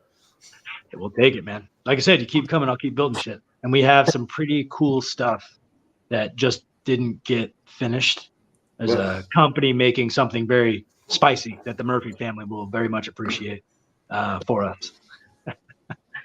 I'm so done commanding, bro. I don't want to do that. But then there's like literally that sliver in there. I'm like, no, screw that. I'm doing it again. You double down, man. Look, you went through a military scenario written by a combat veteran, not for civilians. And most of your issue is you just kept getting robbed blind, and you couldn't. And I watched you try to tell your team, "Hey, somebody's got to guard the base." But none of them wanted to. What did I tell you, Hosey? How did you? What you asked me? What can I do to get you to stop robbing me? What did I tell you? Honestly, don't remember. See, it's already blown. Hey, the exact words were post a guard. Yeah.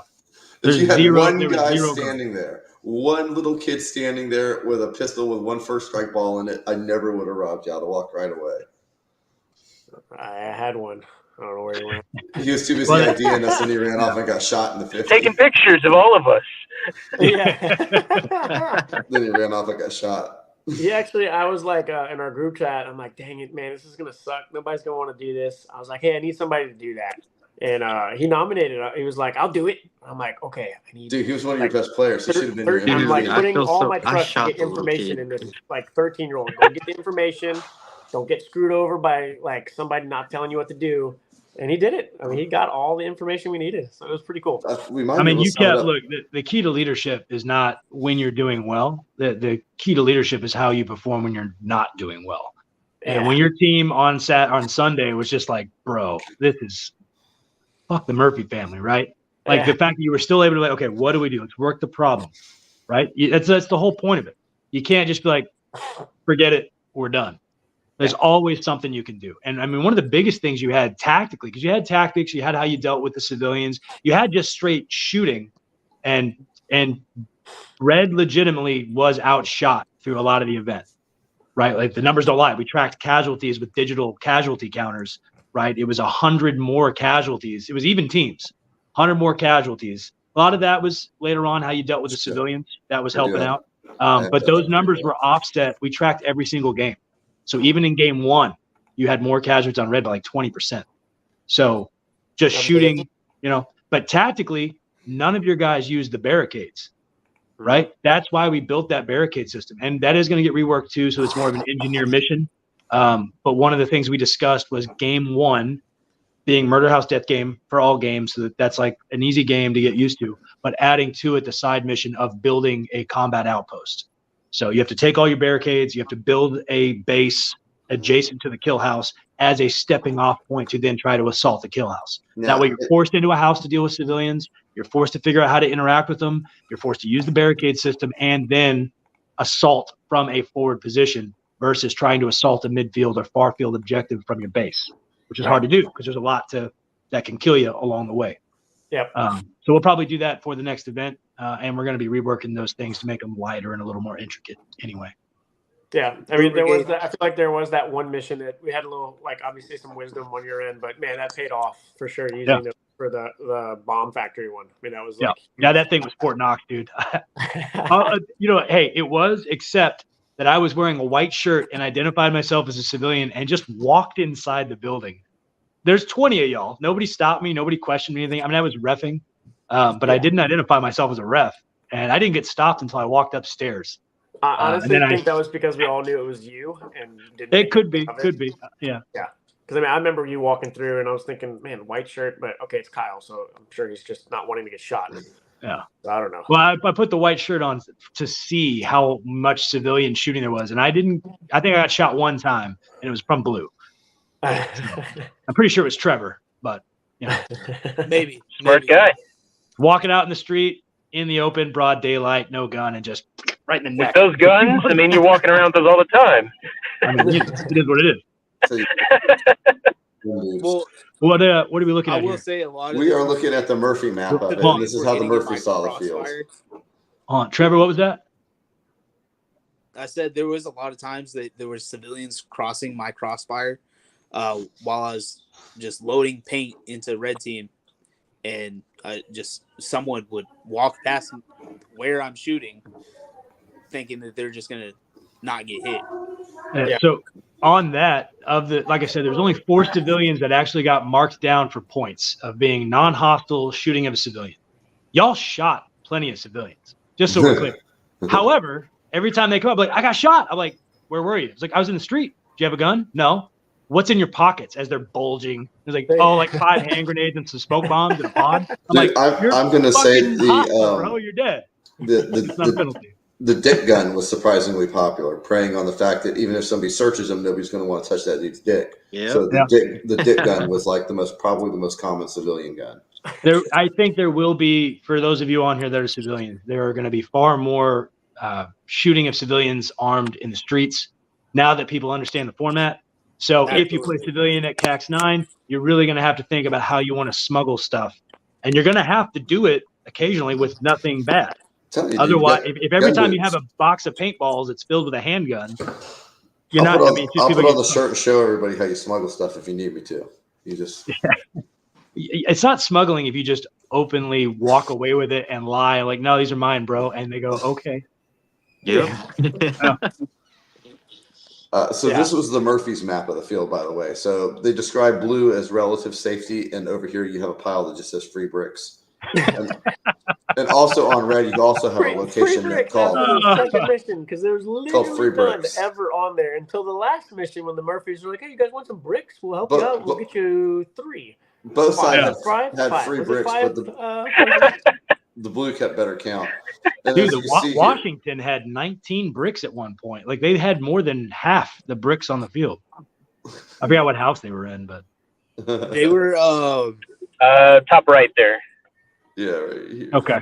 they were in top right, but top or no. Yeah, right there. So The middle of the field, those two Connexes, yeah. they're stacked next to each other. There was a pallet there. That's where I noticed that there was a lot of bricks stacking up inside there.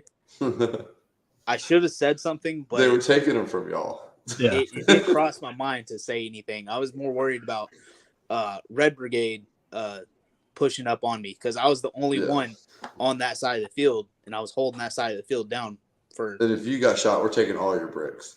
Yeah.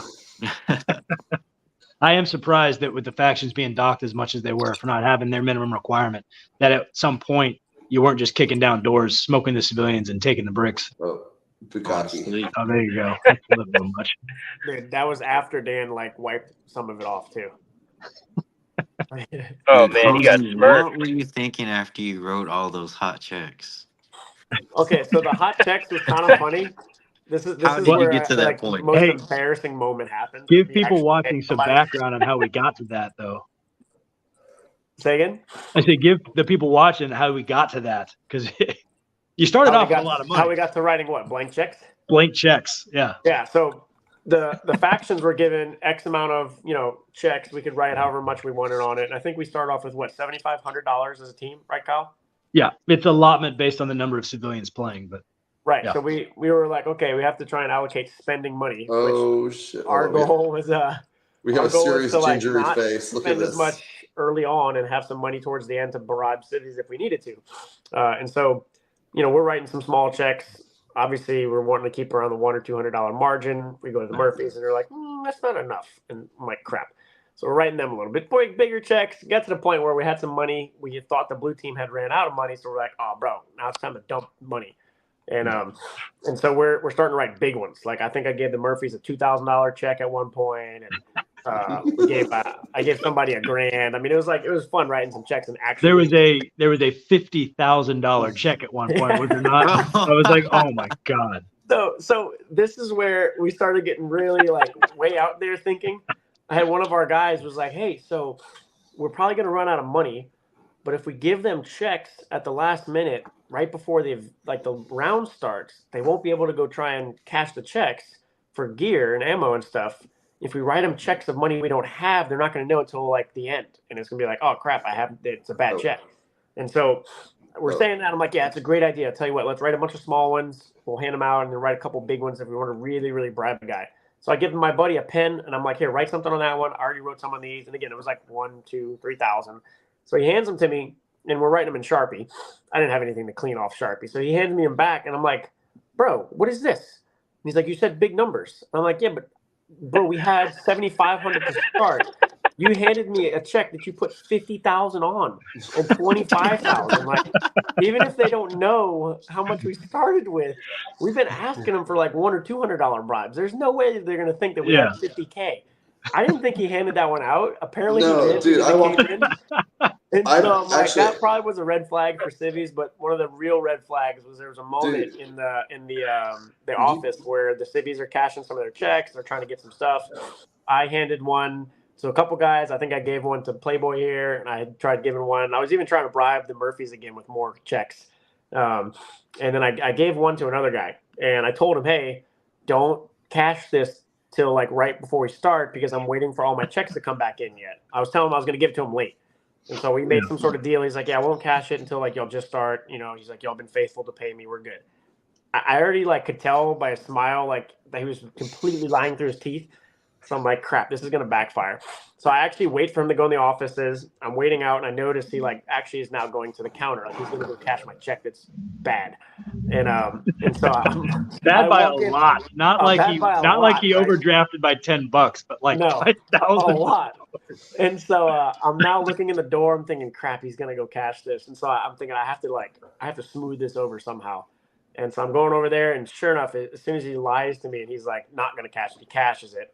And then the guy behind the teller, counter says, hey, they have no money in their balance. Like, this is a bad check. And I think whoever was back there, one of my civvies was back there. Whoever was trying to cash it was one of our guys who's been favorable with us, right? And I'm like, bro, why would you do this? I just told you not to do this. And I tried just smoothing it over. And I was like, wait, one of our checks? No way, not a red check. Like we have plenty of money left. I'm like, you mean blue check, right? What did you try cashing? And I wink at him. I don't know why winks were working in this event, but I wink at him, and so anyway, he like fumbles and he goes, yeah, a blue check. And I'm like, see, I'm like, we have money. And at this point, all the civvies are standing around here. They're all staring at me because they just heard it say like, you have no money. So now they're like, crap, all the checks you gave us are bad, bro. You're an idiot. And I can already see they're like fuming and planning stuff.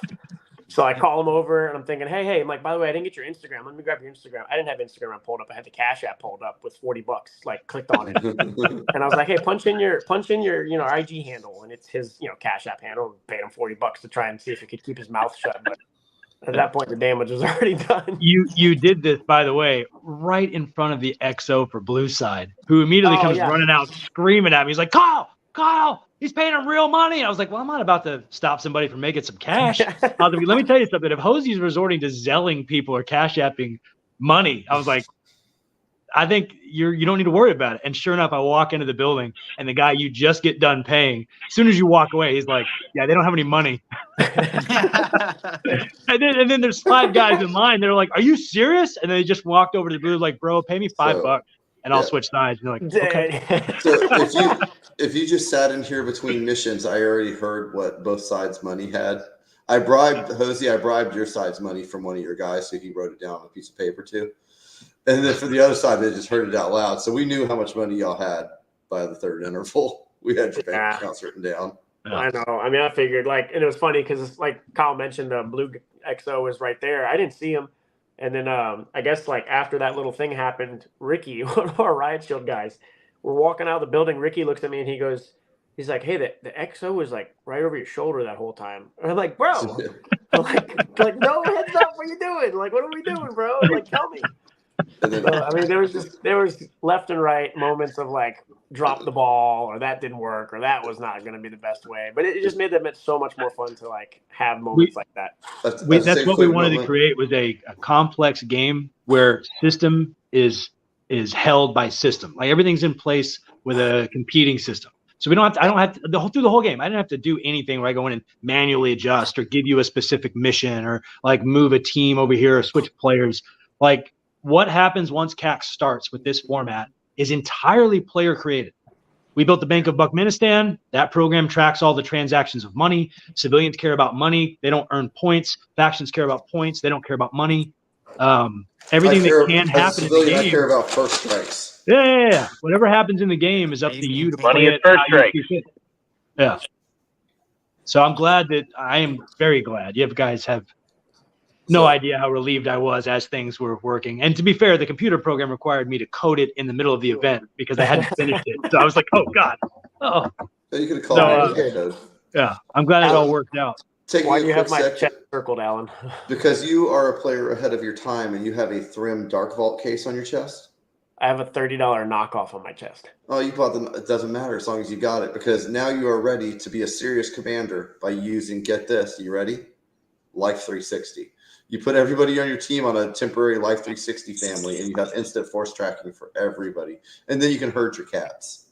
No, we had a much better solution. We actually had our whole team, and I think Colin knew about this. I don't know if the blue team did. We had our entire team on a tracking system app that's actually used in Europe for Airsoft. Ares Airsoft. Ares Alpha. Yeah, we had Ares Alpha running, and so I mean, we had everybody on that thing, like checking where everyone's at. That kind of quickly went out the window after like the first 2 missions. We realized like, I don't know where everyone's at. They're either off field, dead, or right next to me. So, ended up working out pretty fun, but it's definitely a fun thing we like utilizing. Well, to be fair, Blue tried to get some of your players to switch over to Blue side. We were short. And they were like, bro, like people we know, like fuck, we had Glory members playing on your faction. And they were like we love you guys, but like Hosey's got us on this app and it's super organized. And I'm over here like, bro, I don't even have a commander yet. Like Glory is commanding, but I'm got to go convince one of my buddies to do it at the last minute. I don't have time for this. thankfully, Jake, who's not here right now, but Jake Robinson stepped up and commanded red for the first part, and then Tony Turco took over after Jake had a really bad migraine and had to go home. But overall, man, I mean, no fist fights right out of the gate. That's a huge improvement over past CAXs. Nobody cussing everybody out in the parking lot. Nobody rage quit. They don't. I think we did well. So, and I hope you guys had fun. I know the civilians had a little too much fun, but in the future, just shoot them. Yeah. It wasn't nearly enough shooting of them. There's gonna be a lot more of that. We're armed with badminton rackets. They did. Yeah, have one of you golf guys clubs got at one dropped point. for holding a golf club. So, I mean, that's a step in the right Didn't direction. get dropped for it. Got it detained. Well, I wasn't even holding it at that time. He tried to detain like 5 of us at once, and I kind of pushed him off, and that's how I ended up in the detention before Leighton got there. Yeah. But what happened to that golf driver? It so in that moment, after I got shot in the back after detaining you two, how y'all magically got a gun right next to you and got shot in the back. That was as I'm walking off. I'm like one of the last 2 guys on the field, so we're about to get smoked. I think as I'm walking off, y'all come running by me like the most giddy little gremlins ever, making noises, laughing, and go straight to my gold, which I had tried tying up, but didn't do that successfully because my thought was if I just tie it all up to the pallet, they can't take it. That That made it easier. Because I didn't tie it to the pallet very well, and so as y'all go over there, y'all are laughing. At all, we just picked them up like bundles. We're like, wow, neat. Yeah, Lacey much more walks by, convenient. and he's like, oh, look at this! You made it so easy. I couldn't have to grab one. I can grab them all. And he's just laughing, and I'm just pissed. And at that point, I was already mad at them for this whole freaking putt game. They're just in the way, and I can't tell if they're being hostile or not because they're just in the way. There's no one alive to be in the way of. Yeah. So I threw your golf club way over by my exit, right, where we like exfil out. And I'm like, I just had enough. I put you in detention. I threw the golf club, like, no more freaking putt. And then I get shot in the back. You'll take all my gold. And so I don't know if you remember, I threw the club. But then as soon as I got shot out and then the horn hits after you take all the gold, like literally as soon as y'all grab the gold off the pallet, all you hear is, mission over. I'm like, dude, there it goes. Okay, they took all my gold. I got shot out. Nobody's detained anymore. Dude. And so I went and took your club, bro. And as soon as I walk off field, I snapped that thing and let out probably one of the loudest like curse words I think I ever have hit. Just I heard it. that thing over my knee. Yeah. Well, just snapped hey, that. Hosey, all I'm That's hearing. why I is came that- and asked you about it at the end of the game for the day. All I I'm already hearing knew is the that answer. you are officially a veteran of an overseas war. Yeah. What'd you think? A lot of fun, right? Just like the it was movies. fun looking back on it, except I still have all my limbs, you know. Yeah. No, Yeah. if you don't leave CAX going. CAX 9 will change that. Yeah. Yeah. The best part though is I then got approached by Foshan about like, hey, so you broke my club. It's going to be a problem unless you resolve this. And I'm like, you're already a problem. How much more of a problem can I get in with you? And at that point, I think he was like questioning how like pissed I really was because he was starting to make comments. He's like, hey, you know this is just a game, bro. Like we're going to be buddies after this. Like I do have some whiskey. Like it's going to be okay. Yeah. And so he was, trying to smooth it over. But then he was also legitimately saying like, so unless you come back with something to resolve this, we will like cause some problems. I didn't have anything for it. I've already given them grenades. I've given them paint. I have no more checks. I'm like broke now on this. You I've have already one. paid 40 real bucks. No. You didn't realize what you have to give them, which is paintballs to the neck and throat and face. Yeah, He's not wrong. Next time, they're getting a lot of them. But so, don't start off with that. But like General Mattis said, be polite, be professional, but have a plan to kill everyone you meet. It makes a lot more sense now. And On so that note, our approach was just to like duct tape his club back together, which to be like real, it was like some sort of fiberglassy, like cheap little thing, but it was somehow really put together well. We've been here for about an hour 45. If you just caught us now, it's the combined arm exercise of Glory Paintball. I want to recap this as we start to wind down this stream here in a minute. We're going to go backstage. Everybody can still chat, and we're going to wrap this up here in a minute. Kyle, plug your game, man. Plug your field. Glory Paintball. It's in League City, Texas, South Houston. We do private parties, the whole normal thing, but CAX is our big biannual. We may do it once a year, depending on player feedback after this event. But if you want a hardcore but fun military simulation, or you're ever interested in what it was like going overseas and dealing with people that are not your friend, and you have to buy them out. It's a very complex game, but it's all run very seamless. I think we did a pretty good job. I feel confident in saying that. Real quick, what else do you do there? What other kinds of training? Man, we do firearms training. I'm a firearms instructor, tactical training. If you want to learn how to play paintball and not get your ass shot off, we teach you that. And if you haven't had a chance, go to glorypaintball.com. I built that website too. It's hilarious. And you'll see some pictures and videos of the field to give you an idea of what we're talking about. Awesome. Well, that's it, guys. We will All right, catch y'all later on the Mutant Podcast. CAX 9. If you haven't